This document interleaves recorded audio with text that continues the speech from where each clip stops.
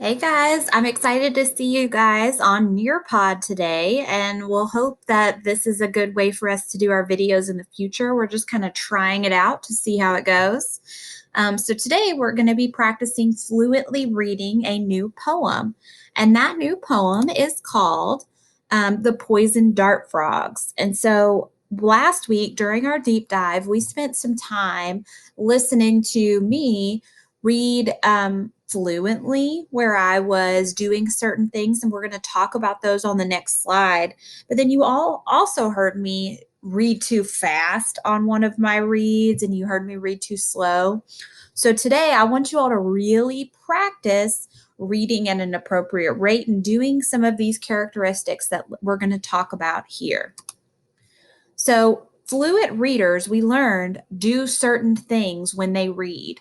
So, they're going to read smoothly. You're going to hear them, their sentences are going to, sorry, their sentences are going to kind of flow into one another. They're not going to be choppy. You're not going to have to stop to sound out the words. And, guys, I know that some of you all get stuck on words sometimes. So, if you do, just try to practice it and go back and do it again. There's nothing wrong with repeating a sentence over.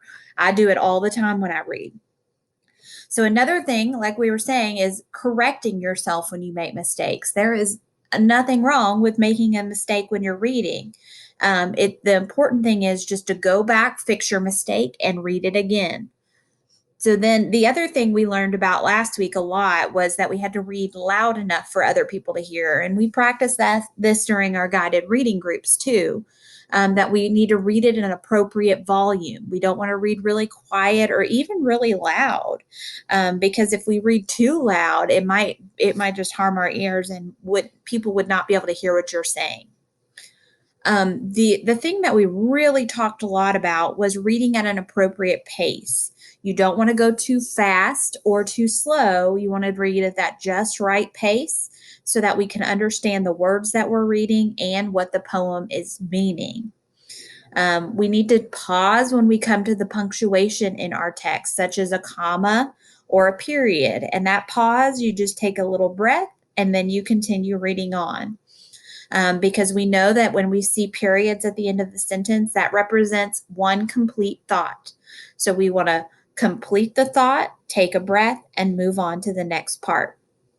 Um, we also need to make sure that when we're reading dialogue or questions, that we are actually reading it like we would say it.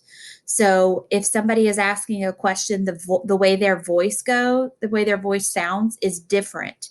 And you may have to change your voice or the way you say something to match what the meaning is. So we are going to go through, and I'm actually going to model how to read this poem fluently. All right. And then you guys on the next slide are going to get a chance to read it yourselves. So I'm going to read it, showing you how to read it fluently. And then you guys are going to read it on the next slide. It says, The Poison Dart Frogs, brown with oval orange spots, crimson mottled, black with blots, neon green with blue black bands, tangerine with yellow strands, banana yellow, ultramarine, almost any color seen. And though their poison can tip a dart, these frogs are masters of fine art. So just hit the next arrow to go to the next slide, and then you will have a chance to record you reading this poem. Good luck.